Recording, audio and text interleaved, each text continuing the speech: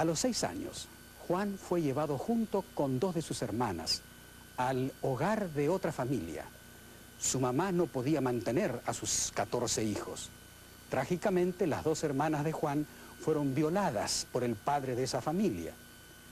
Cuando Juan contó a otros adultos esa pesadilla, ninguno le creyó. ¿Por qué estás calumniando a un hombre tan bueno como él?, le preguntaron. Finalmente, un vecino se dio cuenta de lo que estaba pasando y Juan y sus hermanas fueron enviados a otro hogar. Pronto fueron separados. Juan anduvo en 8 lugares diferentes y se rebelaba más y más, cada vez más, al ser trasladado a otro lugar. Finalmente, su dolor emocional lo llevó a la violencia. Amenazó a una familia con un rifle. Como ningún otro hogar lo quiso aceptar, Juan fue enviado a un orfanatorio. Se unió a una banda de pandilleros y comenzó a robar. A los 15 años, Juan fue a parar a una institución para jóvenes delincuentes. Un juez le dijo: no entiendo cómo un joven puede ser tan malo como dicen que tú eres. Predijo que Juan pasaría toda su vida en casas correccionales. Después de haber recibido su diploma de secundaria, Juan halló trabajo como electricista y alquiló un cuarto en una pequeña ciudad del estado de Indiana. Anhelaba vivir en forma normal, pero según recuerda, me sentía solo y temeroso. Nadie que goce de una familia puede imaginar el miedo que da vivir en un orfanatorio. Buscaba amor con desesperación. Durante su primer año, por su cuenta, recibió solo una carta: su reclutamiento al ejército. Juan entró al ejército disgustado y obedecía las órdenes solo para irla pasando. En sus horas libres y los fines de semana, los pasaba solo, bebiendo.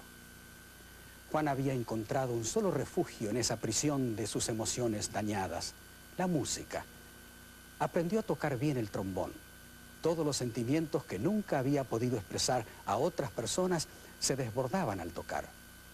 Un día vio un anuncio en el periódico local. La orquesta cívica necesitaba músicos. Juan se unió. En su primer ensayo sucedió algo poco usual. Se sintió inclinado a presentarse ante un hombre de apariencia sencilla que estaba sentado frente a él. Algo le dijo: tienes que conocer a ese hombre. Y Juan llegó a conocerlo, un cristiano llamado David Pittman.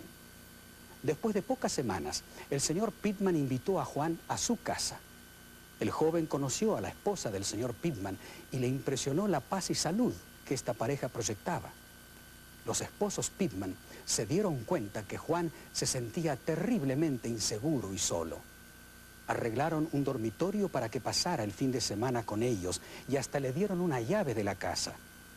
Juan no podía comprender tanta bondad y se preguntaba por qué una familia como esa perdía tiempo con un vago como él. Un día Juan recibió la noticia de que 2 de sus medio hermanos habían muerto repentinamente de ataques al corazón. Ya no pudo aguantar más todos los sufrimientos y temores. Juan contó a los esposos Pittman la historia de la vida terrible que había vivido. La pareja lo escuchó en silencio por un rato. Luego David dijo: Juan, al parecer piensas que debes arreglar tu vida antes de buscar a Dios y pedirle perdón por el odio que has sentido por él y la gente. Pero no es así. Dios te ama porque tú eres Juan Erwin. Esta era la primera vez que el joven se había encontrado con la idea del amor sin condición. Toda su vida, su conducta había determinado el trato que la gente le daba. Pero ahora se le hablaba de un Dios que lo amaba tal como él era. Ese amor ganó a Juan. Se arrodilló al lado de los esposos Pittman y pidió a Jesús que llegara a su vida. El amor que esta pareja le había mostrado era lo único tangible que le permitió imaginar lo que es en realidad el amor de Dios. Bien, Juan descubrió, para su sorpresa, que este amor permaneció con él. Dios comenzó a sanarlo de una forma que jamás soñó que fuera posible. Cuando terminó su servicio en el ejército, mucho de la ira y el temor que había acariciado en su corazón había desaparecido. Juan hasta pensaba en formas de servir a los demás. Eventualmente llegó a ser capellán evangélico en la cárcel del condado de Cook, en Chicago. Allí fundó y desarrolló un programa de rehabilitación que ha tenido admirable éxito, con 30 empleados de tiempo completo y 150 voluntarios. Juan Erwin conoció a Dios, que lo sanó profundamente, y ahora está ocupado extendiendo esa sanidad a otros. ¿Puede Dios sanar nuestras heridas más profundas? Claro que sí. Puede tomar a un joven que no ha conocido más que abuso toda su vida y renovarlo en amor, convirtiéndolo en un ser humano íntegro. Podemos creer en el amor de Dios derramado en nuestros corazones.